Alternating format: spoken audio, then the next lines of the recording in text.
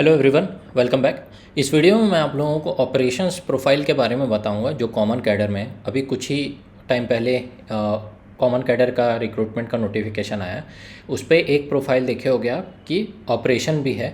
इसके पिछले वाले वीडियोस में मैंने एक रिक्रूटमेंट का और पूरा ओवरव्यू एक टाइप का दिया था, और एक वीडियो में मैंने बताया था कॉरपोरेट कम्युनिकेशंस प्रोफाइल के बारे में।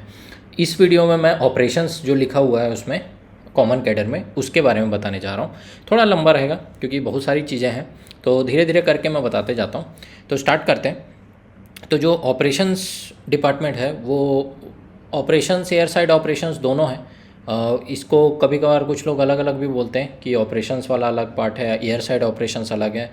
दोनों एक ही है। उसमें रोल क्या मिल रहा है आपको उस पर डिपेंड करता है।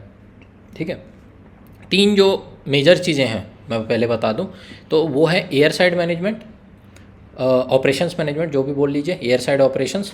फिर टर्मिनल ऑपरेशन है, एक टर्मिनल को मैनेज करना, और एक होता है एओसीसी। एओसीसी मतलब कि एयरपोर्ट ऑपरेशंस कंट्रोल सेंटर। ठीक है, तो इन तीनों के बारे में पहले मैं बता देता हूँ। तो जो एयर साइड मैनेजमेंट होता है उस पर आप मोस्टली एज अ एप्रन रहेंगे। एप्रन वाला मतलब समझ के चलिए, एक जीप रहती है एक बड़ी सी येलो कलर की। आजकल तो इलेक्ट्रॉनिक व्हीकल भी हो गई है वो। उस पर लिखा रहता है, एक मतलब एलईडी वाला बोर्ड लगा होगा फॉलो मी करके, तो वो एप्रन वाले ही बनते हैं। या फिर बोल लीजिए एयरपोर्ट ऑपरेशन वाले ही बनते हैं, वहाँ पे तैनात होते हैं। तो गाड़ी खुद भी चलानी पड़ती थी और कभी कभार ड्राइवर मिल जाता था, पर इस वाले नोटिफिकेशन में जैसे दिया है कि ड्राइविंग लाइसेंस नहीं रिक्वायर्ड है एयरपोर्ट ऑपरेशंस के लिए और कॉमन कैडर के लिए, तो मान के चलिए कि आपको बैठ के इंस्पेक्ट करना होगा। तो एयर साइड टर्मिनल मतलब कि एयर रनवे वाला पार्ट समझ के चलिए, है ना। वहाँ पे क्या काम क्या रहेगा, वो गाड़ी में बैठ के वो क्या करते हैं सर, इंस्पेक्ट करते हैं सारी चीज़ें, ऑपरेशन सही चल रहा है कि नहीं एयरपोर्ट का या रनवे का, ऐसा बोल लो। एयर साइड में तो रनवे बोल लो। तो इसमें वो क्या चेक करेंगे कि मान लीजिए कि रनवे मेंटेनेंस सही से हो रहा है कि नहीं। मान लीजिए कभी कभार जैसे कोई ना एक आध रनवे बंद रहता है कुछ टाइम के लिए। बहुत जो यूज़ होता है ना, मुंबई में कभी न्यूज़ अगर पढ़ोगे आप, तो एक आध रनवे जो बहुत ज़्यादा यूज़ होता है वो कुछ टाइम के लिए बंद रहता है, तो उसमें सारे मेंटेनेंस होते हैं, है ना। हफ्ते में एक बार होता है ऐसा। वहाँ मेंटेनेंस मतलब कि रोड का कोई कंस्ट्रक्शन का काम करना है, उसके आजू बाजू कुछ काम करना है, तो वो सब उस टाइम पे होते हैं। तो वो भी मॉनिटर करता है एप्रन, है ना। उनसे कोऑर्डिनेशन करना पड़ता है। एप्रन बोल लो या एयरपोर्ट ऑपरेशन वाले बोल लो, मैं एप्रन यूज़ कर रहा हूँ। ठीक है, इसके अलावा मान लीजिए कोई एनिमल वगैरह आ गया रनवे में या उसके आसपास, पायलट मान लीजिए कि उतर रहा है और उसने कंप्लेन करी एटीसी से कि भाई मेरे को एनिमल दिख रहा है सामने, तो एटीसी वाला एओसीसी को कंट्रोल बताएगा, मतलब ऑपरेशंस वालों को बता देगा, और फिर वो कोऑर्डिनेट करके वहाँ से हटाएंगे। मतलब वो गाड़ी का वही पर्पस है कि उसके साथ जो भी रनवे मेंटेनेंस में या फिर रनवे से रिलेटेड जो भी अथॉरिटीज़ हैं उनके लिंक्ड में रहेंगे तो वो निकलवा देंगे समझ के चलिए अभी के टाइम पे, है ना। इसके अलावा वो कांटेक्ट एक्चुअली बर्ड वाले के लिए को भी करते हैं। मतलब समझ लीजिए वाइल्ड लाइफ जो अथॉरिटीज़ होती है ना, उनको कांटेक्ट करके एनिमल बर्ड से रिलेटेड करते हैं। कभी कभार ऐसा होता है कि बर्ड्स भी मतलब लैंडिंग के टाइम पे आ रही होती है, तो बर्ड स्ट्राइक ना हो जाए, तो उस वजह से ये भी इन्फॉर्म किया जाता है उनको। पायलट इन्फॉर्म करता है कि एप्रन वालों को, कि समझ लीजिए एटीसी को इन्फॉर्म करता है, एटीसी वाले एप्रन को बताते हैं कि भाई बर्ड वर्ड दिख रहा है मुझे, तो उसको हटवाओ। तो कंसर्न जो वाइल्ड लाइफ वाले जो होंगे उनसे वो कांटेक्ट करके हटवा देंगे। कभी कभार देखोगे आप लैंडिंग करते या फिर आसपास देखोगे तो फटाके भी फोड़ते रहते हैं। कुछ लोग वहाँ पर तैनात रहते हैं रनवे के पास में, फटाके फोड़ते रहते हैं ताकि बर्ड्स लोग ना आए उधर। ठीक है, उसके अलावा जो काम हो सकता है कि जैसे मान लीजिए कि जैकेट वगैरह कोई पहना है कि नहीं। रनवे पे आप ऐसे ही नहीं घूम सकते, हम जैसे लोग ऐसे ही नहीं घूम सकते, हमको एक टाइप का जैकेट पहनना पड़ता है।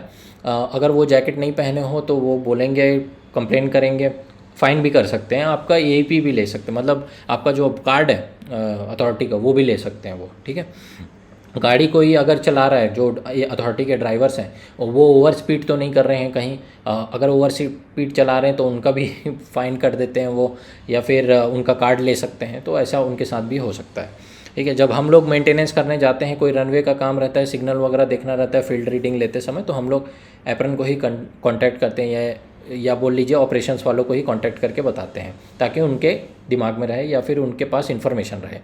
ठीक है। इसके अलावा ग्रास कटिंग वगैरह देखते हैं, ग्रास कटिंग हो रही है अगर रनवे के इधर उधर एक सर्टेन हाइट तक ही ग्रास अलाउड होती है, फिर उसके बाद कट करनी पड़ती है। हर जगह कट होते रहती है, वो एक मेंटेन रहती है ग्रास लेवल, ग्रास की हाइट लेवल। देखना आप लोग कभी ध्यान दोगे तो वो भी वो लोग देखते हैं कि ग्रास कटिंग हो रही है तो वो मॉनिटर करते हैं, मतलब ऐसा वो करते नहीं है खुद ऐसा, तो जो भी कंसर्न पर्सन होंगे जो कर रहा होगा ट्रैक्टर लेके उधर, उसको मॉनिटर करेंगे वो।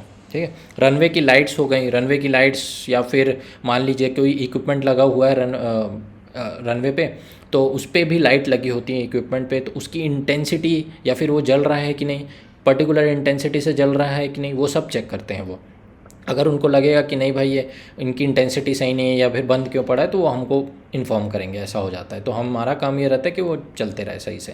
फिर रनवे की लाइट भी हो गई, रनवे के आजू बाजू वाली लाइट भी होती हैं कुछ, देखे होगे आप, रात में कभी ध्यान दिए होगे तो वो सब भी देखते हैं। फिर और जो अदर मान लीजिए अथॉरिटीज़ है, जैसे फायर वालों को ज़रूरत पड़ गई तो वहीं एयर साइड में उनको कोऑर्डिनेट करना, एयरक्राफ्ट को ज़रूरत पड़ गई या कोई एयरक्राफ्ट की इमरजेंसी हो गई, फ्यूल वाले, ग्राउंड स्टाफ कोई भी हो गया, तो उनके साथ मतलब कोऑर्डिनेशन करना समझ लीजिए एयर साइड ऑपरेशंस वालों का काम है ना। तो थोड़ा एक ब्रीफ आइडिया लग गया होगा, जितना मैं समझ रहा हूँ बहुत सारी चीज़ बता ही दी हूँ। फिर उसके बाद हैं AOCC, airport operation control centre. ये समझ के चलिए एक हब है, कहीं पे बहुत सारे लोग एक जगह पे बैठे हुए हैं, वो सबसे कोऑर्डिनेट करने का काम कर रहे हैं वहाँ ऊपर बैठ के। तो मान लीजिए ATC वाला, जैसे मैं एग्जांपल दिया, ATC को बताएगा पायलट, ATC वाला क्या करेगा, AOCC वालों को बता देगा। ठीक है। बाकी फिर फर्दर वो AOCC वाले हैंडल करेंगे। ATC के पास इतना टाइम नहीं है कि वो लाइव ट्रैफिक छोड़ के ये सब काम पे ध्यान दे। ठीक है। उसके पास ऑलरेडी इतना प्रेशर रहता है। तो ये लोग समझ लीजिए AOCC वाले कार्गो से भी टच में है, फायर वालों से भी टच में है, CISF जो सिक्योरिटी वाले होते हैं गन लेके रहते हैं उनसे भी टच में है, और क्या हो गया, फ्यूल वाले हो गए, CNS वाले हम लोग हो गए, जैसे ग्राउंड स्टाफ हो गया, इन सब से वो कोऑर्डिनेट करते रहते हैं वॉकी टॉकी के थ्रू या फिर कोई भी कम्युनिकेशन के मीडियम से, है ना। एयर साइड ऑपरेशन वाला उसके भी कॉन्टैक्ट में रहेंगे, है ना। तो ये सब पूरा मॉनिटर करते हुए कोई भी इंस्ट्रक्शन देना होता है तो एयर साइड वाले को इंस्ट्रक्शन दे के फिर वो एयर साइड वाला मैनेज करता है ना। तो इस तरह से कोऑर्डिनेशन देखिए आप एयरपोर्ट ऑपरेशन वालों का। और फिर उसके बाद ये तो हुआ AOCC का काम। इसके बाद आता है कि टर्मिनल या फिर सिटी साइड मैनेजमेंट भी बोलते हैं उसको। टर्मिनल मतलब जिसमें पैसेंजर घुसता है और वो एक बिल्डिंग रहेगी, वहाँ पर सब चेक इन वगैरह करता है, सारे अपने सिक्योरिटी चेक्स करता है, फिर उसके बाद वो बोर्डिंग के लिए निकल जाता है ना। तो वो जो बिल्डिंग रहती है वो समझ लीजिए टर्मिनल है, उस पर आपका मेंटेनेंस का लग सकता है, ऑपरेशंस वालों का। इसमें समझ लीजिए चेक इन मशीन देखना, पब्लिक ग्रीवियंसेस से कोई वो देखना, कन्वेयर बेल्ट में सही से चल रहा है कि नहीं सामान वो देखना, कौन से वाले फ़्लाइट को कौन सा गेट मिलेगा, वो सब देखना, पैसेंजर कहाँ से जाएंगे, है ना। तो ये सारी चीज़ें आप इमेजिन करिए, साफ़ सफाई वहाँ का टर्मिनल का, रख रखाव सही से है कि नहीं, वो सारी चीज़ें पूरा समझ के चलिए टर्मिनल साइड वाले एयरपोर्ट ऑपरेशन वाले देखते हैं। इसके अलावा और क्या है, काउंटर्स वगैरह तो बताया मैं, डिस्प्लेस हो गए, फ़्लाइट जिसमें दिखाते रहता है, देखे होगे आप लोग कि फ़्लाइट अराइवल डिपार्चर, तो वो भी वो देखते हैं कि सही से जा रहा है कि नहीं उस पर डेटा। फिर लॉस्ट एंड फाउंड हो गया, सिक्योरिटी हो गया, हेल्प डेस्क वाले हो गए। तो ये सब चीज़ें जो भी टर्मिनल में काम हो रहा है ना, वो समझ लीजिए उसके निगरानी में होना चाहिए, ऐसा है समझ के चलिए, है ना। तो 3 पार्ट जैसे समझ गए होंगे आप लोग, एक एयर साइड वाला, AOCC वाला और एक टर्मिनल साइड। ये तो बहुत मेजर काम है। इसके अलावा भी और काम है, जैसे मान लीजिए RTI वगैरह कोई फाइल करता है तो वो देखना, क्वालिटी मैनेजमेंट रिलेटेड की क्वालिटी सही से एयरपोर्ट की मेंटेन है कि नहीं, उस पर भी सर्वे होते हैं, रेटिंग वगैरह आती है। तो अगर उसमें कुछ ऊँच नीच हो रही है तो फिर ऑपरेशंस वालों को जिम्मेदार बोला जाएगा, है ना। तो ये अलग एक और काम है। और भी काम है इसके अलावा बताता हूँ, जैसे मान लीजिए कि इसके अलावा ये तो मैं बताया कि सब इंश्योर करके रखना है आपको, सर्विसेबिलिटी, ऑपरेशनल हो या पैसेंजर फैसिलिटी हो, हर चीज़ एकदम चलते रहनी चाहिए। और एयरपोर्ट देखे होगे आप 24 घंटे चलता ही रहता है। तो ऑपरेशनल फैसिलिटी मतलब जो ऑपरेशन से रिलेटेड है एयरक्राफ्ट के, मान लीजिए कोई VHF काम नहीं कर रहा है या फिर कोई ILS काम नहीं कर रहा है, कोई ऐसा इक्विपमेंट जो रनवे पे काम नहीं कर रहा है, तो उसकी फैसिलिटी भी चलते रहनी चाहिए, नहीं तो वो किसी से कोऑर्डिनेट करेगा, बोलेगा भाई ठीक करो करके उसको, है ना। उसके अलावा जैसे पब्लिक वाली, पैसेंजर वाली कोई फैसिलिटी हो गई, जैसे एक्सरे मशीन नहीं चल रही है या फिर वो कन्वेयर बेल्ट नहीं चल रहा है, तो वो चीज़ों के लिए वो कंसर्न पर्सन से कोऑर्डिनेट करेगा और वर्किंग कंडीशन में लाएगा जल्द से जल्द। ठीक है, तो वही समझ के चलिए, इंश्योर करना सर्विसेबिलिटी सब चीज़ की। फिर एयर साइड टर्मिनल और AOCC वाला तो मैं आपको बताया ही। इसके अलावा देखते हैं तो safety management and coordination with airport. जो भी सेफ्टी रिलेटेड या कुछ भी अगर दिक्कत आती है तो भाई कोऑर्डिनेट करना पड़ता है उसमें। फायर वगैरह इमरजेंसी या बॉम्ब थ्रेट वगैरह इमरजेंसी, तो उस केस में आपको ट्रेनिंग भी मिलेगी, ऐसा घबराने का नहीं है। तो उस केस में कंसर्न पर्सन से आपको कोऑर्डिनेट करना पड़ेगा। सेफ्टी बहुत इंपॉर्टेंट चीज़ होती है, सेफ्टी सिक्योरिटी बहुत ही इंपॉर्टेंट चीज़ है अथॉरिटी के लिए, सबसे टॉप पे प्रायोरिटी रहता है इसका। पैसेंजर्स की सेफ्टी एकदम इंपॉर्टेंट है, सारे लोगों की सेफ्टी इंपॉर्टेंट है। तो सेफ्टी के लिए अपना DGCA बनाता है। DGCA के बारे में जानते होंगे अगर आप, director general of civil aviation, वो ही सेफ्टी का रूल्स रेगुलेशन बनाते हैं, उस हिसाब से अपने को फॉलो करना रहता है। और सिक्योरिटी वाला पार्ट CISF वगैरह देखते हैं, या फिर BCAS देखता है, bureau of civil aviation, BCAS, हाँ सिक्योरिटी। फिर तो वो लोग भी देखते हैं। तो ऐसे करके मतलब मिलके सेफ्टी और कोऑर्डिनेशन एक दो डिपार्टमेंट हैं, उनसे अपन को बना के रखना पड़ता है ताकि सबकी बनी रहे सेफ्टी ऐसा कहने का मतलब है। फिर उसके बाद आते हैं plan and project the requirements regarding construction upgradation of the airport and related facility for safe aircraft operation. कोई भी अगर अपग्रेडेशन या कंस्ट्रक्शन है तो उसके रिगार्डिंग प्लान करना और कुछ भी रिक्वायरमेंट्स है उसको प्रोजेक्ट करना, इसमें भी आपका ऑपरेशंस वालों का हाथ रहेगा। आप लोग नाम से ही समझ में आ रहा है, कुछ भी रिलेटेड एरोड्रोम रिलेटेड कुछ भी अपग्रेडेशन करना है तो भाई आप लोगों को प्रोजेक्ट करना पड़ेगा रिक्वायरमेंट्स, या फिर प्लान भी करना पड़ेगा, है ना। एडवाइस करना, असिस्ट करना टॉप मैनेजमेंट को, ताकि जो in framing corporate policies on terminal management of all airports. मतलब समझ लीजिए कोई भी अगर टॉप का ऑफिसर है उसको असिस्ट करना, कि उसको सजेस्ट करना या फिर चीज़ें पॉलिसी मेकिंग में, टर्मिनल मैनेजमेंट में, टर्मिनल में कुछ चेंजेस लाने या अपग्रेडेशन लाना है, या कोई नई पॉलिसी बनानी चाहते हैं, या पुरानी को कोई अपग्रेड करना चाहते हैं, ऐसे कुछ भी करना चाहते हैं तो आप असिस्ट कर सकते हैं टॉप ऑफिशियल्स को, ठीक है। ऑपरेशंस वाले कर सकते हैं। Monitoring implementation of ICAO standards, SARPs, CARS formulated bye DGCA for aerodrome operation and airport management. ये नाम से समझ में उतना नहीं आएगा आपको।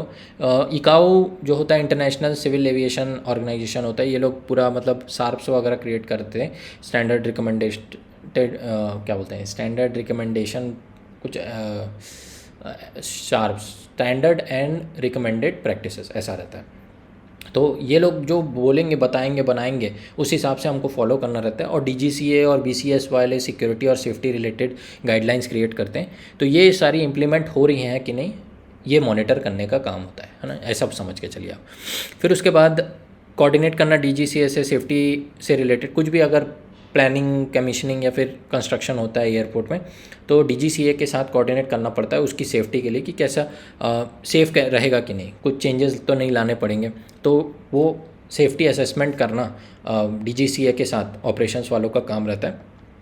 प्लानिंग कमीशनिंग मतलब ऐसा हो गया कि कुछ भी नई फैसिलिटी लगती है ना, नया इक्विपमेंट लगता है, तो वो टेस्ट वेस्ट होने के बाद कमीशन होना मतलब एयरपोर्ट के हाथ में सौंप दिया गया अब यूज़ करने के लिए, ऐसा समझ के चलिए। तो एयरपोर्ट इंफ्रास्ट्रक्चर में कुछ भी ऐसा होता है तो वो आप वहाँ पर काम करना पड़ सकता है। हाँ, नाइट पार्किंग वगैरह के लिए आपको करना पड़ सकता है। नाइट में अगर डोमेस्टिक फ़्लाइट कोई रुक रही है या फिर कोई भी फ़्लाइट रुक रही है तो उसको कहाँ स्टैंड देंगे आप, कहाँ पर खड़ा करेंगे उसको, वो भी आपको देखना पड़ता है। बहुत सारे एयरक्राफ्ट रात को नहीं उड़ते हैं, वहीं एयरपोर्ट पे ही खड़े रहते हैं, तो कौन सा स्लॉट किसको देंगे ऐसा समझ के चलिए, कौन से मतलब पार्किंग स्टैंड देंगे। फिर उसके बाद जो ऑपरेशन रिलेटेड सर्कुलर्स हैं और इंस्ट्रक्शंस है वो ड्राफ्ट करना आपको। सब क्या सर्कुलर्स पे चलता है, वो एक सर्कुलर्स ऐसा होता है कि एकदम इम्पॉर्टेंट डॉक्यूमेंट है, उसमें रूल्स रेगुलेशन लिखे रहते हैं, तो वो बनाना ऑपरेशनल का, उसको ड्राफ्ट करना और उसको इम्प्लीमेंट में भी लाना, वो उसमें भी आपका रोल रह सकता है ना। तो ड्राफ्टिंग एंड इशुएंस ऐसा समझ के चलिए आप ऑपरेशनल सर्कुलर्स का, इंस्ट्रक्शंस वगैरह सब वैसे ही मान के चलिए। Monitoring the implementation of recommendations made by various court of inquiries in respect of aircraft incidents accidents. कोई भी इंसिडेंट या एक्सीडेंट होता है अगर एयरपोर्ट पे, तो उस पर इंक्वायरी होती है, बहुत सारे मतलब इंक्वायरी ग्रुप बनता है, तो वो इंक्वायरी करती है। फिर उसके बाद उसका इंक्वायरी का जो रिज़ल्ट आता है, बेस्ड ऑन दैट वो एक रिकमेंडेशंस देंगे कि ऐसी ये चीज़ें अब से फॉलो होनी चाहिए, उसको भी मॉनिटर करना ऑपरेशंस वालों का काम होता है ना। ये वैसे इन जनरल सबके लिए है, पर ऑपरेशंस के भी केस में आप अपने लिए अप्लाई करके देखिए, हम लोग के लिए भी वैलिड है ये। कोई कांड हुआ तो हमको इंक्वायरी होगी, तो उसके बाद कोई प्रैक्टिस अगर उन्होंने रिकमेंड किया तो वो करना पड़ेगा, मॉनिटर करना पड़ेगा कि वो हो भी रही है कि नहीं। ये इंसिडेंट और एक्सीडेंट में अंतर ये है कि इंसिडेंट मतलब कोई घटना ऐसी हो गई जिसमें लॉस ऑफ लाइफ नहीं हुई है, प्रॉपर्टी डैमेज नहीं हुई है, और एक्सीडेंट मतलब ऐसा समझ लीजिए कि कोई ऐसी घटना हो गई जिसमें लॉस ऑफ लाइफ भी हुई है और कोई प्रॉपर्टी डैमेज हो गई है, एयरक्राफ्ट रिलेटेड या रनवे रिलेटेड या फिर एरोड्रोम रिलेटेड, है ना। एग्जांपल्स के तौर पे मान लीजिए इंसिडेंट, अगर मान लीजिए प्लेन उतर रहा था, पायलट ने डिसाइड किया किसी वजह से कि नहीं उतरूँगा और गो अराउंड कर गया, उड़ गया वापस, तो वो एक तरह का इंसिडेंट है, उसमें कोई लॉस ऑफ लाइफ नहीं हुई है, पर वो चीज़ होनी नहीं चाहिए थी, वो टाइम वेस्ट हुआ है ना। तो वो भी एक बड़ा कांड हो जाता है, इंसिडेंट ही है वो। इंसिडेंट भले लॉस ऑफ लाइफ नहीं है, पर वो भी एक बड़ी चीज़ मानी जाती है क्योंकि सेफ्टी रिलेटेड आ जाता है ना सब। फिर एक्सीडेंट का एग्जांपल समझ लीजिए, कुछ कांड हो गया भाई, उसमें किसी की जान वान चले गई, तो उस केस में आप एक्सीडेंट बोलेंगे, तो और मेजर हो गए। तो जैसे मैंने कहा, सेफ्टी बहुत इंपॉर्टेंट, सेफ्टी और सिक्योरिटी अथॉरिटी का मेन मोटो रहता है। फिर उसके बाद स्लॉट मैनेजमेंट करना, स्लॉट एलोकेशन करना एयरक्राफ्ट्स का। जैसे मान लीजिए आपकी फ़्लाइट 9 बजे है, मेरी फ़्लाइट 10 बजे है, तो 9 बजे का स्लॉट ऑपरेशंस वालों ने उस फ्लाइट को दिया होगा, तो आप फिर जाएंगे, चढ़ेंगे, उसमें बैठेंगे और उड़ जाएंगे। फिर मेरे को 10 बजे वाली फ़्लाइट है जो, तो ऑपरेशंस वालों ने उस फ्लाइट को 10 बजे का स्लॉट दिया होगा, इस वजह से वो वहाँ आपको 10 बजे जाना है और बैठ के निकल जाना है। तो ये स्लॉट मैनेजमेंट उतना लगता नहीं है कि आगे पीछे रख दो बस है, पर जब बड़े एयरपोर्ट में रहेंगे तो बहुत सारे एयरक्राफ्ट्स आते भी रहते हैं, जाते भी रहते हैं। आने वाले को भी स्लॉट देना होता है कि पैसेंजर्स वगैरह उतरेंगे फिर घर जाएंगे अपने, और जाने वाले को भी स्लॉट देना रहता है। तो बहुत सारे जब प्लेन्स रहते हैं ना, तो तब उसमें ये इम्पोर्टेंट रोल प्ले करता है। अगर मान लीजिए सही से नहीं हो रहा है, तो मान लीजिए कोई एयरक्राफ्ट उतर रहा है, अब उसको नहीं मिल रहा है, जगह नहीं दे रहा है, अगर ऑपरेशंस वाला नहीं बोल रहा है कि स्लॉट नहीं है खाली अभी, तो वो बेचारा ऊपर में ही घूमते रहेगा, होल्डिंग बोलते हैं उसको। वो गोल गोल गोल गोल घूमते रहेगा और वेट करेगा इंस्ट्रक्शंस का कि उतरने, एटीसी वाला बताएगा उसको कि भाई हाँ अब तो उतर सकता है क्योंकि स्लॉट खाली हो गया है। तो ये एक वेस्टेज है, फ्यूल का वेस्ट हो रहा है, टाइम का वेस्ट हो रहा है, ज़बरदस्ती का ऊपर रहना पड़ रहा है ऊपर पे, और अच्छा भी नहीं लगता ना, कभी देखे होगे कान वान में असर पड़ता है, तो वो सब एक तरह से पॉइंट आ जाते हैं।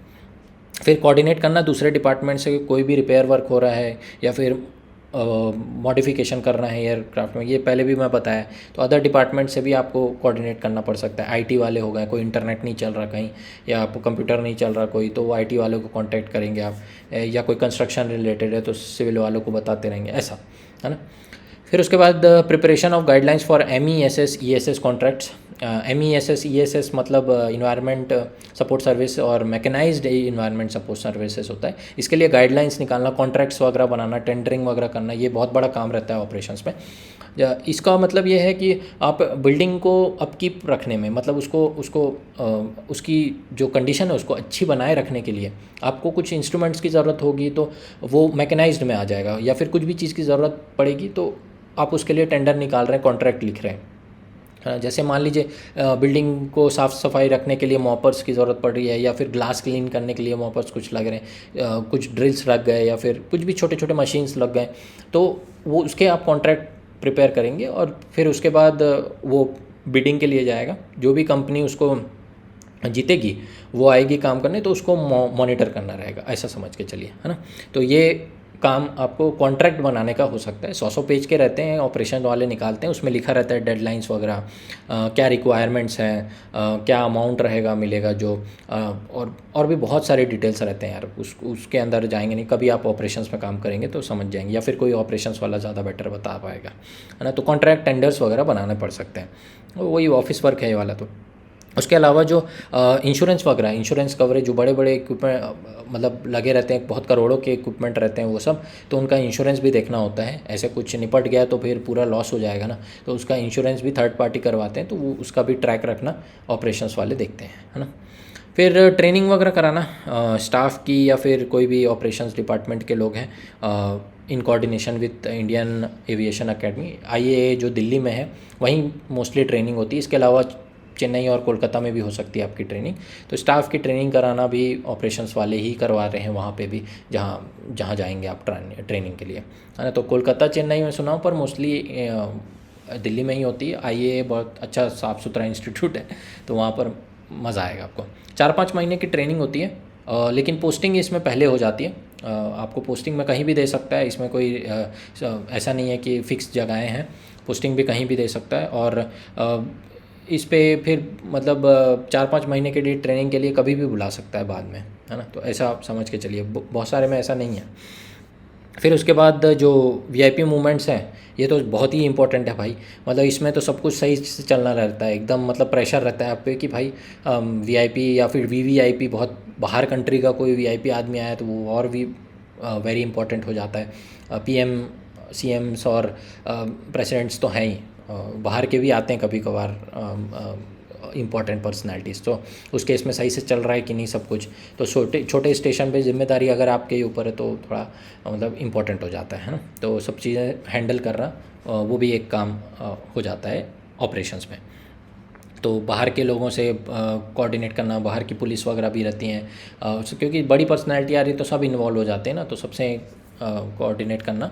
इसमें सारे डिपार्टमेंट्स भी आते हैं, ऐसा नहीं है कि ऑपरेशंस वाले, हम लोग भी आते हैं। हम लोग का भी मतलब स्ट्रिक्ट हो जाते हैं बहुत ज़्यादा एकदम इस टाइम पे कि भाई कुछ भी एकदम नहीं होना चाहिए, है ना। तो यही इतना ही था। होपफुली आपको समझ में आ गया होगा, एक ब्रीफ ओवरव्यू मैं दे दिया हूँ। बाकी और डिटेल आपको कोई ऑपरेशंस वाला बंदा बता पाएगा। मैं जितना समझ पाया और मैंने जितना देखा है, एक्सपीरियंस किया अभी तक 2 सालों में, जितना कोऑर्डिनेशन हुआ है ऑपरेशनल वालों से, उस हिसाब से मैंने आपको बता दिया है। इसके अलावा जो पोस्टिंग वगैरह का मैंने बता दिया है, पोस्टिंग कहीं भी हो सकती है भाई, रिजिट मत रहना। बहुत लोग क्वेश्चंस पूछ रहे हैं कि पोस्टिंग रिलेटेड अपने होम रीजन मिल जाएगा कि नहीं। स्टार्टिंग में तो भाई कहीं भी दे सकते हैं, वो बड़े स्टेशन में ही देंगे मोस्टली, जहाँ पे आप काम सीख सको। लेकिन कुछ लोगों की छोटे स्टेशन में भी होगी। अगर कहीं और मिलता है आपको तो टेंशन मत लीजिएगा, कुछ सालों बाद फिर ट्राई करिएगा, ट्रांसफ़र सीज़न में आप निकल जाएंगे। अगर आपको बाहर कहीं और पोस्टिंग मिल गई है तो आउट ऑफ रीजन कर लीजिएगा, जैसे मैं कर रहा हूँ यहाँ पे। मैं मुंबई में आउट ऑफ रीजन ही कर रहा हूँ एक तरह से। तो 4-5 साल तो आपको बाहर निकलना ही पड़ता है आउट ऑफ रीजन करने के लिए, तो वो करके ख़त्म करके वापस चले जाना अपने रीजन। वैसे देख सकते हैं, आपको आपकी लोकेशन भले ना मिले लेकिन आसपास की लोकेशन पे मिल जाएगा तो गुड इनफ है। और अगर आपकी ही लोकेशन मिल गई तो बहुत अच्छी बात है, वहाँ पर एचआरए भी बच जाएगा आपका, है ना। फिर उसके बाद और काम की चीज़ें, जैसे ड्यूटी आवर्स हो गया तो जनरल और शिफ्ट दोनों मिल जाएगी ऑपरेशन में। इनका शिफ्ट ऐसा रहता है 12-12 घंटे का रहता है। एक डे वाला 12 घंटे का होता है, अगले दिन नाइट वाला 12 घंटे का होता है, फिर ऑफ मिल जाता है ना। तो ऐसा 12 नाइट वाला जो शिफ्ट है उस पर कई लोगों ने क्वेश्चन पूछा है कि भाई नाइट ड्यूटी करनी पड़ेगी, तो इतना भी हैवी नहीं रहेगा, और भी लोग रहेंगे आपके साथ में।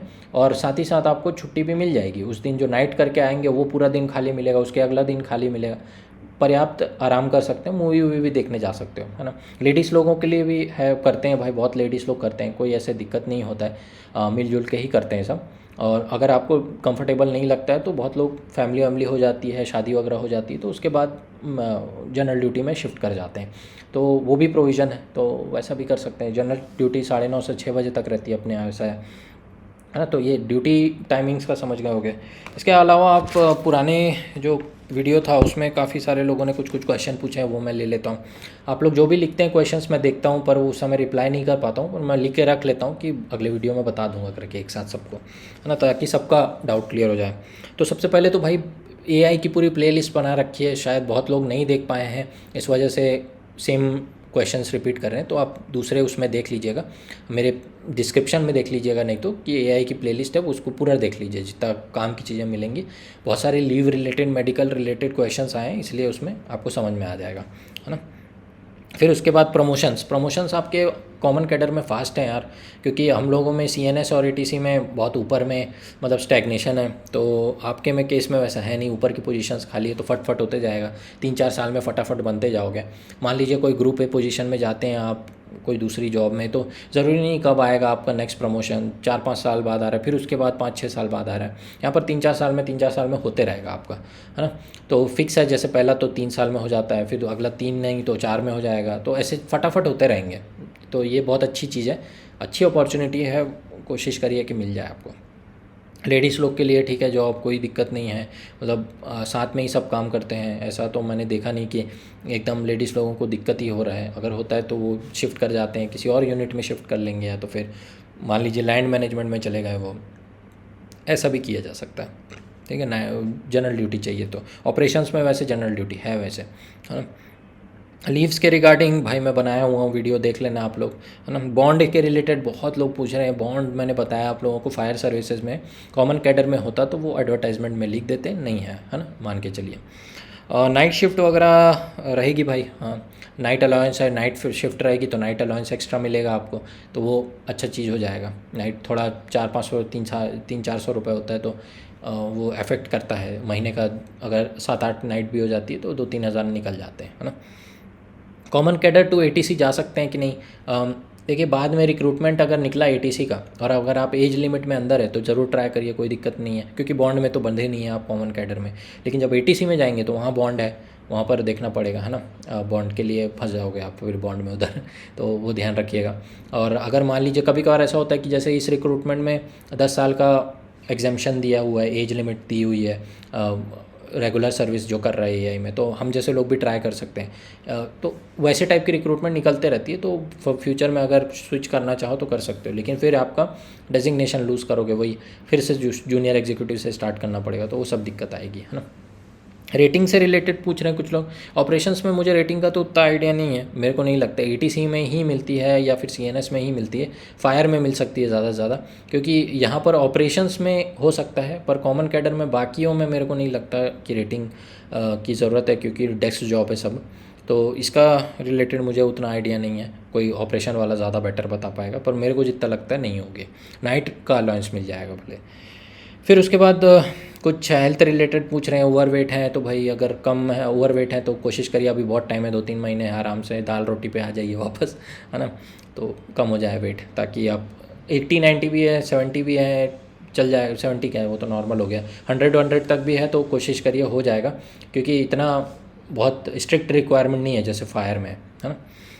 प्रोफाइल, अदर प्रोफाइल्स पे वीडियो बनाओ बोल रहे हैं, तो अदर प्रोफाइल्स भाई मैं धीरे धीरे करके ला रहा हूँ। जैसे ये वाला ऑपरेशंस पे हो गया, अगला मैं कुछ और सोचता हूँ, जी सब रिसर्च करके लाना पड़ता है थोड़ा, है ना। फिर वर्क कल्चर वगैरह मेरे हिसाब से कैसे है, कुछ लोग पूछ रहे हैं। मेरे को तो अभी तक ठीक लग रहा है भाई, मेरे को तो ऐसा कोई फील नहीं हुआ कि एकदम बहुत ज़्यादा पेला जा रहा है। कुछ लोग मैसेज लिखे हैं करके कि बहुत हालत ख़राब है और स्विच कर रहे हैं, वैसी ज़िंदगी वापस ना जीनी पड़े, वैसा टाइप का बोल रहे हैं। तो मैं कहूँगा उतना भी नहीं है। और नाइट भी शिफ्ट रहा ना तो ऐसा रहेगा कि आपको छुट्टी भी मिल रही है अगले 2 दिन, और कॉल ऑल भी नहीं आता है ऐसा ऑफिस का छुट्टी के दिन, है ना। तो एक पीस रहेगा ही, और नाइट का आपको अलाउंस भी मिल रहा है, उतना ज़्यादा भी प्रेशर नहीं होगा कि जान पे बना रही है आपके, है ना।